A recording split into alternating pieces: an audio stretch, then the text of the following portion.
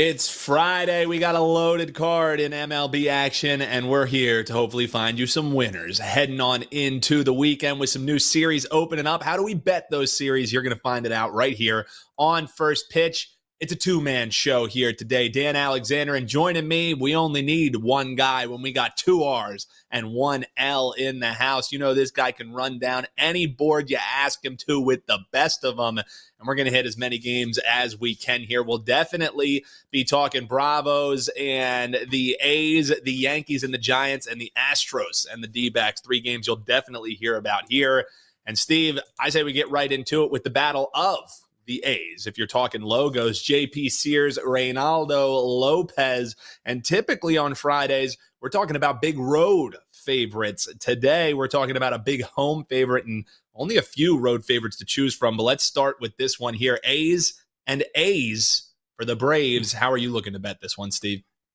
Never thought about that, Dan. You're right. It's a very similar logo. The colors are so different. They just switch the colors. They turn the yellow and green. You're like, they're not even close to the same logo. And you're right. They're both A's, and one's a city, the other's a mascot, and one is considered the best team in baseball. The other's considered the worst team in baseball. But that sure has not been the case because, Oakland's been better than expected.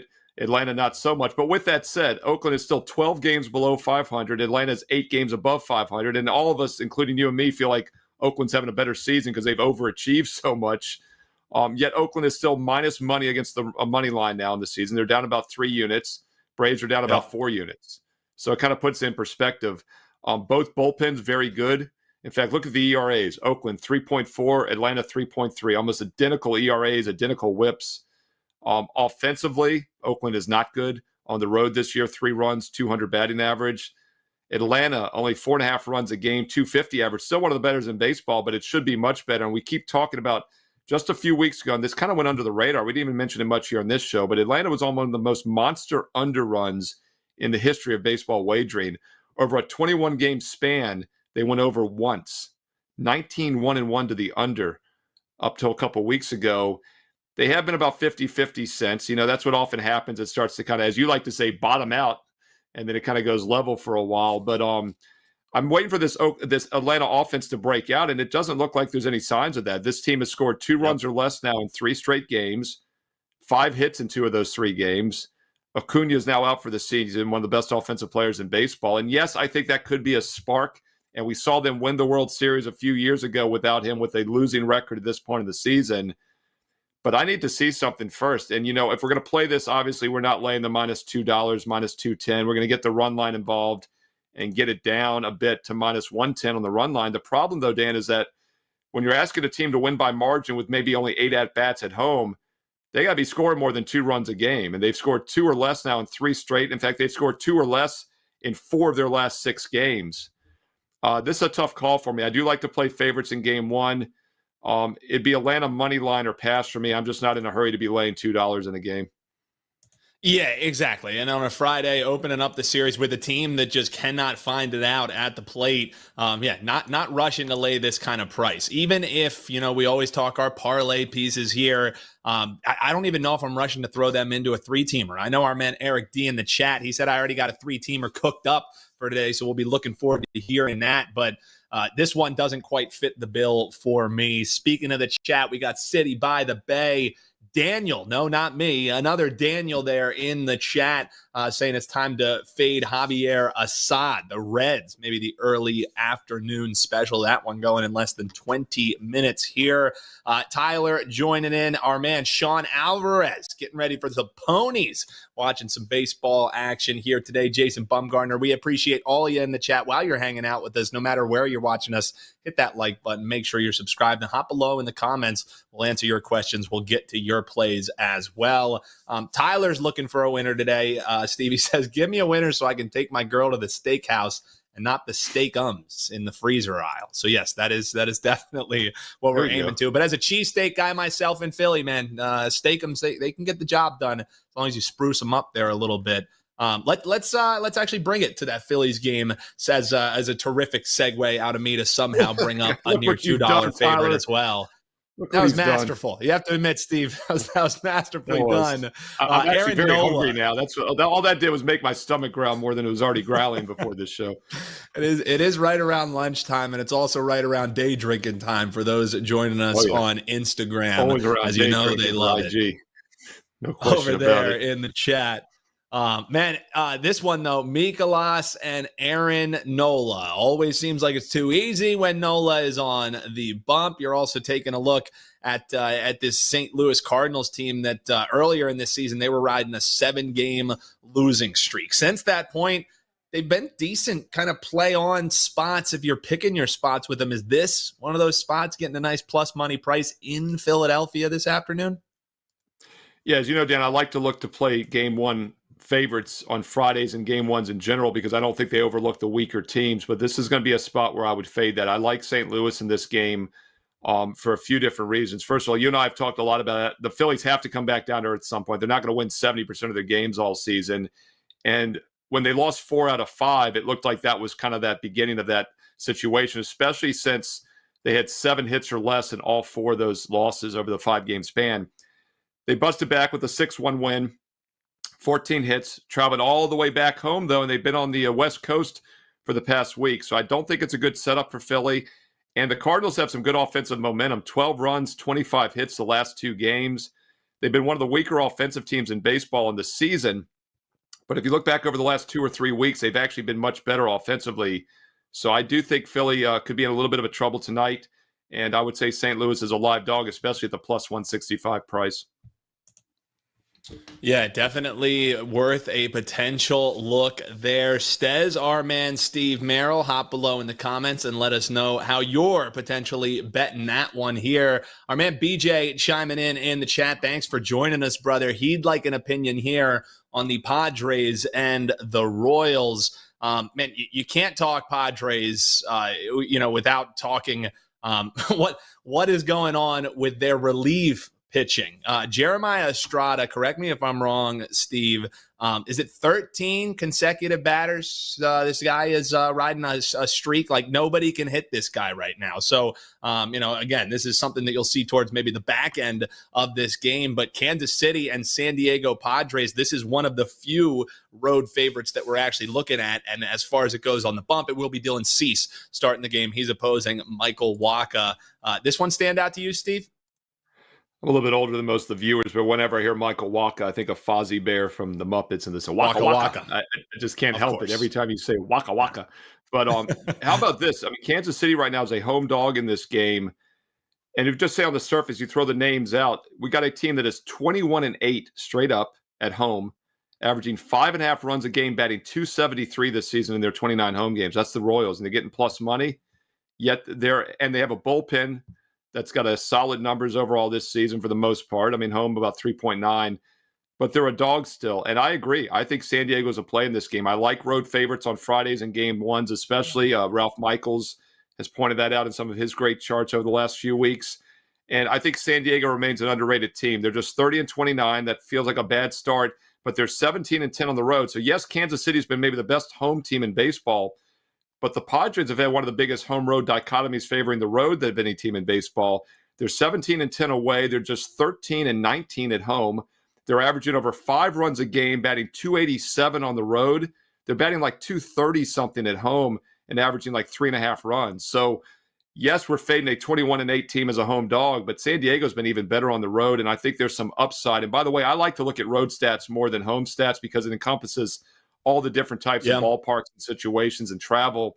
And yeah, it's been a nice little home field advantage for Kansas City, but they're 14-15 away. They're averaging 5.5 runs at home. They're barely averaging 4 on the road. I think that's a better indication that the Royals are not for real and that San Diego remains underrated. I don't know if this is a public dog or not, but I would think the public's probably on Kansas City. So we're going to fade the public here with the Padres as the road favorite. And we've actually seen a little bit of money come in as well. So I'll even call this a sharp square divide on the Padres.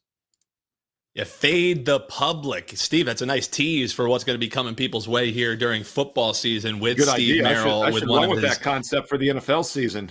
Might be some good videos. That's a novel idea. It's almost like you would get tens of thousands of views every week. Yeah, there's more reasons than ever to make sure you're subscribed as we head on into football season. But over the summer, don't forget, Steve's also breaking down the NBA Finals, although we have a nice pause on NBA here until next week. But he'll be breaking down the game, giving you player prop angles. And, of course, he's joining us across different live shows we're doing as well. So hardworking guy like Steve, make sure you throw him a like before you head on out of here. And I was trying to pull up the numbers. I mean, we're looking at a total in that Kansas City game sitting around what, Steve? Are you seeing 7.5? We've seen it tick down a little bit. Is that what you're seeing too? See, mostly 8s to the under, but it opened 8 over 25. So you're right. It is ticking down. It's now 8 under 15. Seen some money towards the under. Right. And as you know, 8's not as key of a number as 7 or 9. So we could easily see a 7.5. In fact, an 8 under 20 is basically the same as 7.5 over 20. It's only worth about 20 cents. So right now at 8 under 15, 8 under 20, we might start seeing some 7.5s. As I mentioned, San Diego's been very good offensively on the road. Kansas City's been fantastic offensively at home. So for what that's worth, it seems like a pretty low total. And by the way, I just dug in a little bit deeper. Kansas City is looking like a public dog. I don't rarely ever talk about, fade the public stuff in baseball, but Kansas City's looking like a public dog. They have the better record. They have a great home record. These are those contrarian type of plays I do like to look for in all sports, and I think the Padres qualify tonight.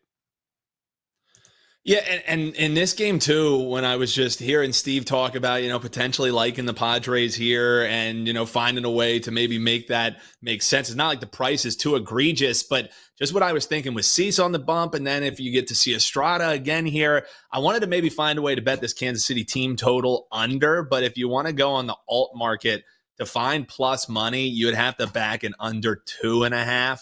The total I know it's juiced the under. That's too low for me. If we were getting that 3.5, potentially get it, close to a little bit more of plus money, maybe that would be the look for me, but 2.5 on the alt market. I wanted to get there. I just couldn't get there. Hop below in the comments and let us know what you think on that one. Steve, we got some questions still coming in and appreciate all of you here in the chat. BJ, Tyler, City by the Bay, Wisconsin guy. We love the comments there, and we'll get to some of these games. But Wisconsin guy has a great question for you specifically, Steven, as you're breaking down these games. What statistics kind of maybe have a heavier weight for you? Do you ever look at WOBA when you're looking at your handicapping, or is this a metric that you just kind of gloss over? What say you? Because I know we got some cappers on here like Eric Pauly who will mention those type of stats like relentlessly in his breakdowns. Is it something that you factor in much, or are you more looking for spots? It's a great question, and little known fact, Wisconsin guy, huge Chicago Bears fan. Actually, I just made that up. There's no way that I know that, but I thought that was funny. It's a good point, though, because I make all the correlations between the financial markets and the sports betting markets, and I use more ideas from both than I've ever used in my 30-year career. And one thing I've found over the years is you can find all these technical indicators with the financial markets, all the charting software, and like a simple moving average is still as good as anything. You don't even need an exponential moving average or all these stochastics and oscillators and things I can't even spell. And I really think it's the same with handicapping.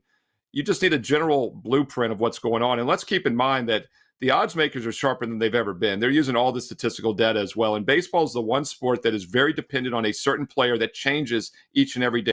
Walks and hits per innings pitched is more important because if a guy's putting guys on base with hits or walks, that's what it's all about. I like strikeout to walk ratio more than ever because, once again, a guy with a lot of strikeouts, few walks can keep guys off base.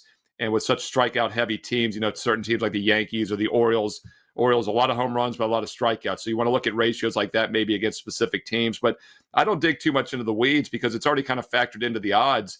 What I think you want to look for are things that are not incorporated into the odds. And that's why I talk so much about offensive momentum, because once again, the odds makers look so much at the starting pitcher. Teams go through ebbs and flows of 162 games, and it's 7 or 10 game runs. And that's why when offensive momentum is not good, like the Braves tonight, 2 runs or less, 3 straight games, 5 hits or less in 2 of those games. You got to be careful with them. You got to think twice about laying a run and a half with a team that's not being able to put the ball in play. So you want to think a little bit outside the box. It's nothing wrong with using some of these metrics, but don't think you're going to find a secret statistic that the odds makers aren't aware of, because I just don't think those exist. Yeah, and especially as we transition into the part of the summer where it really is MLB being the only dance in town. Yeah, you think you're going to be able to find the secret sauce against the books. Might be a little bit tougher to do so as we head on throughout the summer. Steve, I misspoke a little bit earlier when I was talking about the Astros and the D-backs. Of course, the D-backs playing the Mets, Astros playing the Twins. BJ wants to get our thoughts on that one in Houston and Minnesota. And it's a tight price, man. We're seeing kind of split money on both of these teams. And the thing is, when you look at Blanco on the bump for Houston, this is a guy, I always love my starting pitchers to record a win. I like riding those streaks while you still can. 5-0 in recording wins. Now, again, it's not all because of what he has done on the bump, but I'm wondering how you see this game. It was one that our man Ross the Boss Benjamin was breaking down. You agree with how he sees it with Houston, or do you see this a little bit different?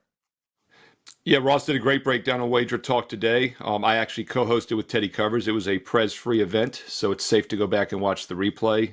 But Ross broke down Houston, and he mentioned something I'm kind of agreeing with him on that. At some point we're going to start getting value with Houston because they had such a bad over the radar really is what it would have been. This is a team that's been a world champ, national champ. God, I'm getting my sports confused, Dan Alexander. Thought we were talking college baseball here. Blanco, though, I don't know what to make of him. He's pitching obviously a lot better than before. He's probably cheating like half the Astros do. We all know that. He didn't pitch, obviously, for 12 days, came back on the 26th and pitched great again. 1 earned run on 7 innings. So he looks like he still has it.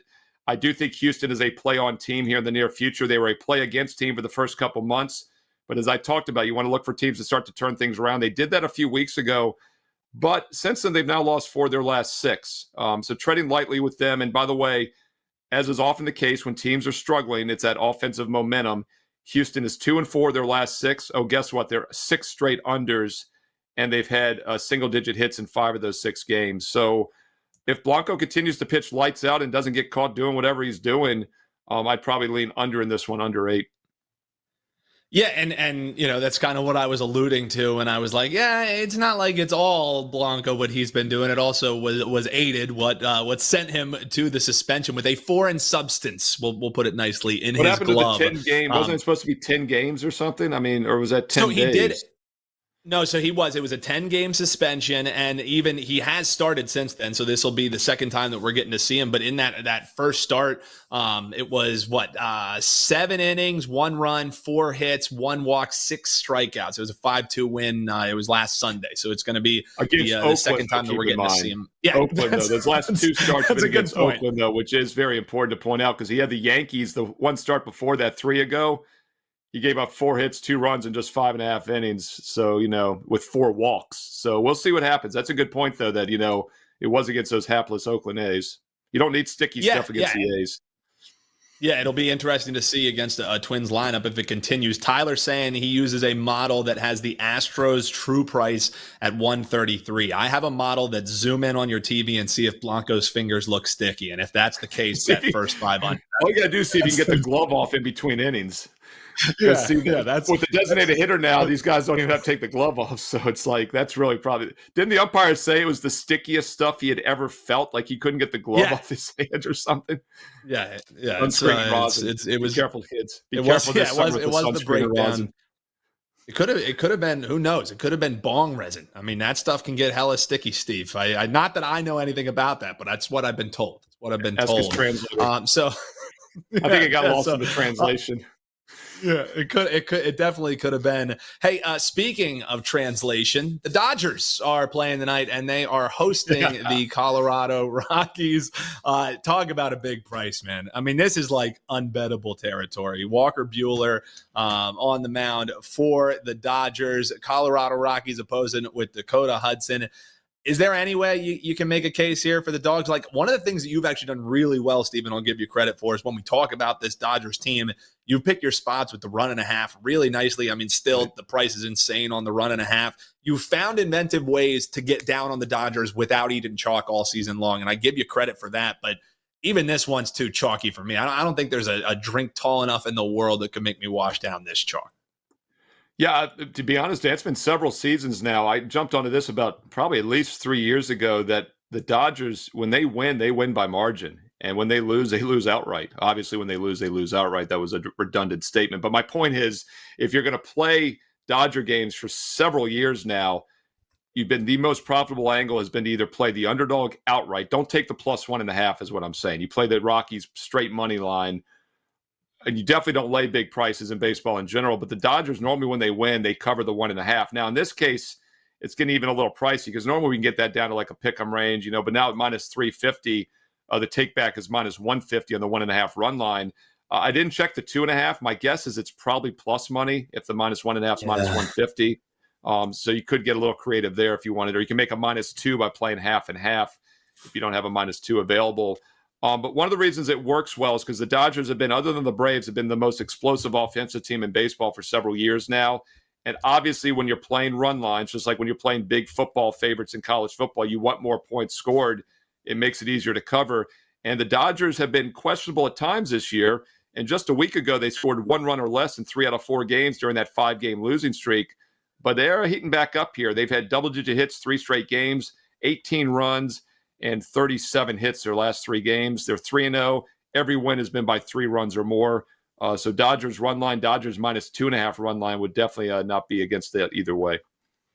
Yeah, but even so, you're looking at a Colorado team. Again, it's like when they were at home, they had this nice little stretch that they had going on. But even if you just look at what they've done in the run line on the road, sure, in some of these situations, you're eating chalk. You're not doing it here, but 15 and 13 on the road. So it's not like a crazy sample size. It's also not indicative that they're going to be winning, but it's just this game. I saw it, Steve. I saw the price. I said, yeah, it makes sense to me. Cross it off the card and move on. So hop below in the comments if you see these kind of prices and it intrigues you. Does it make it want to be a parlay piece for you? Like when you see big prices in baseball comments, commenters, how do you kind of attack that? Because that's 2 bills. Okay, we can maybe talk myself into making it a parlay piece. 3 bills, yeah, forget it.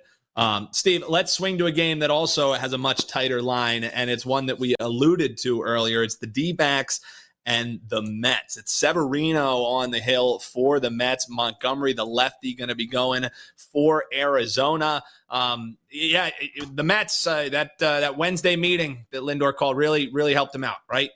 This is just a team that you think has to just start trending forward in the direction. You just think about the payroll that they have, the players that they have. It just blows my mind that they're as bad as they are. 2 wins in their last 10, man. Now they're coming home. D-backs, is this the spot to, Steve, catch the falling knife? What do you think in this one? Well, yeah, I mean, you can maybe safely pick up the knife now because it did somewhat hit the floor yesterday with a win. They're 1-0 their last 1 game. So maybe that was the case. I mean, we dig a little deeper too, Dan. Look, they 3 runs in each of those last 2 games, but they had 9 hits each time. They'd only had 9 hits once in the previous 6 games. So I do think they're heating up a bit, but it takes 2 to tango, and they don't have to heat up all that much to beat the D-backs because the D-backs have lost 4 straight, 5 of their last 6. And by the way, Arizona, after like several straight overs last week, has now gone under 7 straight games and single-digit hits in all 7. So their offense is ice cold. In fact, over their last 6 games, they have 3 runs or less every time. They have 2 runs or less in 5 of their last 6 games. So maybe the Mets are heating up, maybe they aren't, but maybe it doesn't matter either. And I do think that can be a spark plug, though, a catalyst. Teddy Covers, by the way, did a big game breakdown for this on WagerTalk today. Yet another reason to go back and watch the replay. And he mentioned he thought it could be a spark. And I agree with him. 162 game seasons, you want to break it down into smaller segments. The Mets were obviously a fade the last couple weeks. But as we saw with the White Sox, Adam Trigger's Chicago White Sox, who started 3-22, then they were the most profitable team in baseball for a couple weeks after that. So I want to see more than just 1 win. Probably need to see it against more than just 1 team like the D-backs. But yeah, the Mets might have some upside the next couple weeks. I wouldn't be surprised if that was a spark.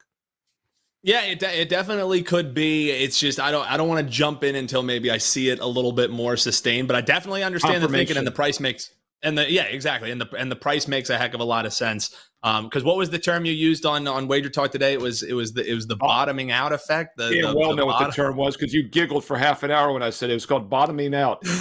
And I didn't think anything of that. And then someone in the chat had to make it sound dirty. And then Dan jumped right in giggling. And now here we go. Now I can never say it again because I feel dirty every time I say it. bottoming out. Bottom Doesn't out, sound bottom good. out. I can respect. It was the bottoming process. I The I bottoming appreciate the help. hashtag bottoming process. Probably, yeah. I might have said, did I say process? Yeah, that's It probably was the not good. bottoming process, and See, and this me is the and the kind of chat stuff got a that's going good to hurt my laugh out of that. presidential run if we don't clean it up right now before I get on the big network. So this is good. It might hurt a little bit. And Tyler, appreciate it. He loves the bullpen usage charts. I can take no credit for that. Joe Ranieri doing a terrific job behind the scenes, getting you guys the Joe. best possible info that we can. So big thanks to him pulling the trigger behind the scenes, and yeah, it's terrific work. You know, this is another reason that you want to tune in here, because as we head out through the season, when we have a little bit more time to just dedicate to just MLB, we're going to try and find those little edges that we can, and breaking down bullpens. It's a heck of a great way to potentially not only get you pre-flop winners, but if you're live betting these games, having those stats on hand, take a screenshot, whatever, that can really help you out after you see some of these guys trotting on out of the bullpen. You hear wild things start playing, and good old Ricky Vaughn's trotting out. You want to know what his numbers are against some different hitters. So definitely appreciate the comments. Hop below and keep letting us know what games you want us to touch on. Another one that kept coming up, Steve, was Tanner Houck and the Boston Red Sox against the Detroit Tigers. Kind of split the price, according to some commenters, saying kind of makes them want to look towards Boston. But Tyler also pointing out, is it possible, Steve, Kenta Maeda finally found his footing there a little bit, and he could go into Boston and deal with that green monster behind him? What do you think in this one? Yeah, Tigers actually a half a game ahead of the Red Sox, which probably would surprise a lot of people. Both Boston is third in the ultra-competitive AL East. Detroit is fourth in the bottom feeder AL Central, yet the Tigers have a better record. They're 28-28. Boston's 28-29. So I thought that was kind of interesting. Both teams have positive run differentials. I'd like to kind of dig a little bit deeper this time of year now that we have some stats to work with. Tigers 9-9 in one-run games. Boston 7-5. So these are really two equal teams is what I'm getting at here. So on the surface, you factored a little bit for batting last in the ninth. Boston, by the way, does not have a home field advantage. They're 11-16 at home, even though Fenway sells out all the time and whatnot. They have a better road record. They're averaging almost a run per game more on the road this year. Detroit's averaging almost a half a run game more on the road. And so I think it sets up for the Tigers to be a live dog in this one. Two very evenly matched teams. So if you're going to play Boston, you probably have to feel like you've got an edge on the pitching mound. And I don't really see it one way or the other. I think this game's kind of a toss-up. So if that's the case, I take the plus money with the Tigers. Yeah, it makes a heck of a lot of sense to me. And again, it's kind of split in the comments of what they're thinking. Speaking of the comments, cash those tickets. S.Warrior. It's nowhere near 5 o'clock on the NBA tip-off show. We don't have an NBA tip-off show today, but we got S.Warrior in the chat. Steve, cash those tickets. I thought it was major plus money that we were going to get an S.Warrior sighting here in the comments on the baseball show. That's how you know we're heading into summer, man. Don't you? Yeah, that was like Steve? the Rockies, man. That was a parlay killer right there for everyone that had to know it. That was 500 parlay that killer. Was. You love to see it. Up and Adam, our man S.Warrior, my man Lord Farquaad in the chat as That's well. Yeah. Julio Robles saying Joe is the GOAT. Philly fan is over in the YouTube Shorts chat saying Steve is the GOAT. That hurts, Philly fan. I don't get any GOAT mentions for the Philly fan guy. That's rough. Pat also saying Steve for president. They're not letting you get away from it, Steve. Steve for president. Well, I do carry a flag with me wherever I go. It's part of the agreement I made with the courts. So it happens. Just whatever you do, Steve, don't say that you're going to get plus money on a presidential candidate, or else Teddy may have his entire head explode. Big Daddy, who's one of our sharpest and most loyal viewers, and he might not be in there right now, but he was there at WagerTalk today, and he watches the NBA videos. He'd said that, and I didn't realize it until afterwards, and he probably thought I was stealing his thoughts. I wanted to give him credit for that. But Kamala at 33-1. The more I was thinking on this after Teddy berated me in a nasty way that he does, I think the whole point was going back to there's a 10% chance in the betting markets that Biden does not finish the term. So the way this plays out, I say Kamala, I meant Michelle Obama. The convention is when this is going to happen. So I'll take a 33-1 chance that this happens in a couple months. And the fact that Big Daddy was backing me up made me feel better because he is sharp, as are many of the viewers I'll and take commenters. me losing my ass in taxes regardless. So that's the Correct. way. Well, that's like minus 5,000. That is not a parlay killer. That adds like $1 to your bet. parlay payout when you combine that in. That's like not a even nothing. Right. Not even. Yeah, Warrior shows up on time for Steve. That is true. And he knows 2 R's, 1 L is going to be here. That's when we got. He came early S. yesterday. You're right. Joe knows this. He came in like half an hour early. I like this. I knew I liked S. 2 Warrior R's, for some 1 reason. L. We got everybody joining us for a Friday special. While you're hanging out, folks, make sure you hit that like button. The folks do want us to hit the Yankees. S. Warrior hops in the chat, and he's demanding us talk about games already here. Not even in 5 minutes, and he's like, yo, you guys talk Yankees yet? Come on. Our man BJ wants to hear about it, so we'll hit that one right here for you. We got Yankees and the Giants, Hicks and Stroman in this one. And Steve, like we said, it's tough to find maybe some road favorites on this Friday card specifically, but this is one of those road favorites. And the last time they faced off, it was all Yankees. It was a calendar year ago. However, how are you looking to see this one as Aaron Judge and the Yankees are heading on into Oracle Park? Well, I like the fact they haven't played too much. Well, actually, I think they played back earlier. Yeah, it was last year. It was like way back in April of last year, over a year ago. I saw April. I was like, well, maybe that was this year. Yeah, April of 23. I'm looking at it now. They played 3 games last year, the opening week of the season, Dan. They had not played since 2019 before that. So here's where I'm going with this. I was in L.A. You'll like this story. I was in L.A. about 15 years ago, and I was going up to Oakland after that. And I was looking to get Dodger tickets while I was there. It was a Tuesday night. And they were playing the Yankees for 2 games. And this is back when not everybody played everyone every year, right? So the interleague, schedule was every 5 years or so. The worst seat in upper left field for a Yankee Tuesday night Dodger game was like $200 and some. I'm like, I'm not paying that to have a terrible seat. That Friday in Oakland, I could get an Oakland A's game behind the plate for $40.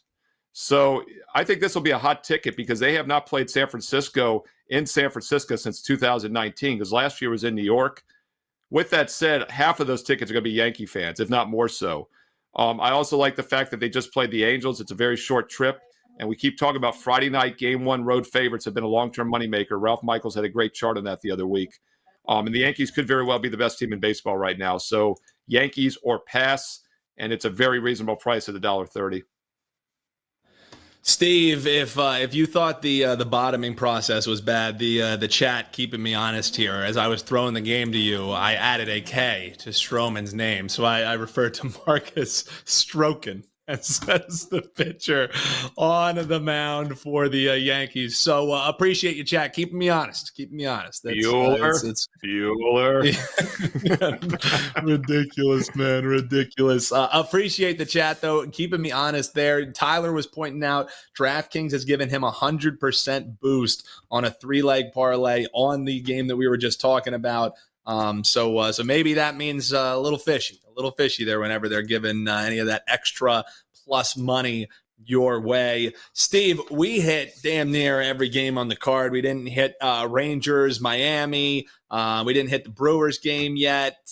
We didn't hit the Mariners game. So if you guys have any that you want us to hit on, but as you run down the board here, Steve, any play or game stand out to you specifically, one that we either talked about or haven't yet?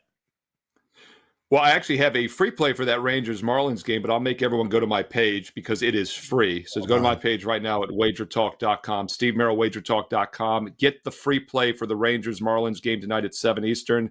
Also check out a strong client best bet. And while you're there, consider filling that cart more than you've ever filled it because today and today only, you get an instant 25% discount on anything you purchase with promo code SUMMERCART. You see it right there, SUMMERCART, SUMMERCART. Go down that aisle right there, pick off stuff off the shelves. And look, once again, if you're serious about getting on board a direct subscription, as you should be with football coming up the rest of the baseball season, now's the time to do it because you get an instant 25% discount at checkout. So you can get a 1-day or a 7-day, save a couple dollars, but why not save hundreds of dollars? That's like winning a bet or two. That's hundreds of dollars in your bankroll with the 25% discount. So Summer Cart gets it done. Great time to get one of my subscription packages on Friday and Friday only. And get that free play, Rangers and Marlins, Steve Merril, WagerTalk.com. Love that, Steve. And yeah, that fill your cart special, it ends tonight at midnight. WT.buzz/deals if you want all of the info on that one. Summer cart is the code that you're going to use, but you can throw as much as you want. 25% off. It is a hell of a deal that you can get a litany of handicappers heading into the weekend. You can do some long-term stuff as well. Always excited for the clients when this one rolls around. That is for sure. All right, guys, a couple games we'll hit on before we'll shut things down here. Appreciate you in the chat. If you appreciate us, that like button and that subscribe button going to go a long way to saying thank you. Also, if you're watching on Instagram or X, make sure you hit that follow button as well. So they want to hear about the Brew Crew. They want to hear about the Orioles. So we'll start with the Orioles and Albert Suarez on the mound. They're taking on Tampa Bay, and Savali is opposing them there. It'll be interesting to see how this one shakes out for the O's. It's another AL East matchup and another AL East opponent, rather, that the O's are going to be seeing here, and it's been a welcome sight, Steve. Yeah, and the Orioles are a pretty simple team, and they're a very good team, very talented team, but they have the most strikeouts and the most home runs, I believe, in baseball. So it's hit or miss, literally hit or miss for the Orioles. So this is one of those teams I like to dig into the specifics of a pitcher's stats a little bit more.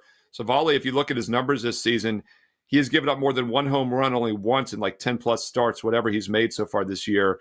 I think he's had 11 starts. So he's given up one home run or less in 10 of those 11 starts. And he gets strikeouts as well, so I don't think it's a fluke. In fact, his last 4 starts, he has 18 strikeouts. He has 14 alone the last 3 outings. Yet he's given up 2 earned runs or more in like 7 straight starts. So teams get to him, but he has a lot of strikeouts, doesn't give a lot of the home runs. So it might not be the best matchup in the world for the Orioles for that reason. So I'm kind of neutral on this game. Baltimore at home, laying just $1.40 is a pretty cheap price, especially for game 1 of a series. But once again, I think Tampa might match up well. So maybe the under is the best way to play this. If he's able to hold that Oriole offense in check, I think it gets under 8, especially since Tampa is not a very explosive team offensively. Yeah, it's hard to disagree. And two, sure, Tampa Bay might come into this series with a little bit of wind in their sails, but it was late inning wins that ended up getting it done for them. This Baltimore train has just kept chugging along. 6 out of their last 7, doing it in a litany of different ways. So sure, Tampa Bay might be a little bit of a hot hand here, but speaking of hot hand, drop that and turn it into hot ass, as Tyler turns out. That's what you're going to be getting from Savali, probably, on the bump from the Tampa Bay side of the equation. The other game they wanted us to hit here before we shut it down, Fetty and Myers. It's Milwaukee and the Chicago White Sox.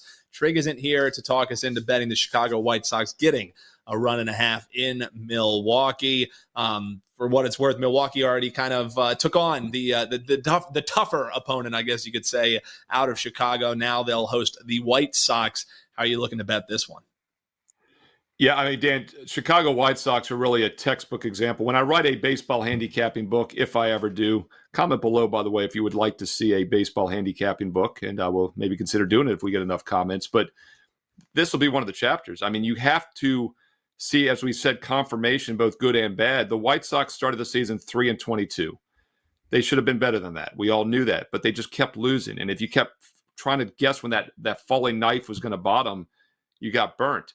And then they went on a run of a couple weeks in which they had the best record in baseball against the money line because they were underpriced and they started winning above 500 for a while. But they were never hitting the ball well. They still remained a very weak offensive team. They've now lost, I think, 12 of their last 13. You look at the offensive production, 4 straight games with 2 runs or less. So this is a White Sox team, which is a terrible offensive team, and they're in bad current form. So you have to fade them until we see things turn.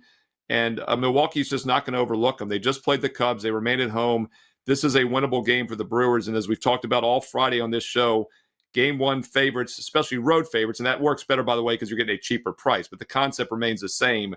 They don't overlook the weaker teams because it's a winnable game. And I think that'll be the case for Milwaukee. And it's very reasonable, minus 165. There's no way I'm backing a team at plus 140, plus 150 that has lost 12 out of 13. It's Brewers or pass in this one for me. And the chat, Steve, is saying green light on the book. If you build it, they will come. If you write it, they will read. At least a few folks there, like Wisconsin guy saying, I'd love to see the book there, Have Cash. If you make it, I will read it, Steve. So they're in, and hey, you can maybe pay for the book by riding with Steve this weekend. Throw them in the cart and save 25% using that promo code SummerCart. We appreciate everybody tuning in here on a Friday afternoon, making us a part of your day. Don't worry, we still got more content coming your way, daily videos. You can check out breakdowns across the MLB slate, checking out the links in the description below, or you can click the video on your screen right now to continue getting that info. We will be back with you tomorrow. That's right, Joe Ranieri and Wager Talk last call, getting you ready for this weekend slate of action. You don't want to miss it here on Wager Talk TV. How don't you miss it? Make sure you're subscribed. Keep getting all that info you need to cash on all the sports you love. Best of luck this weekend, folks. We'll be back locked and loaded on Monday. Don't go anywhere. Keep riding with us at Wager Talk TV. We'll see you then.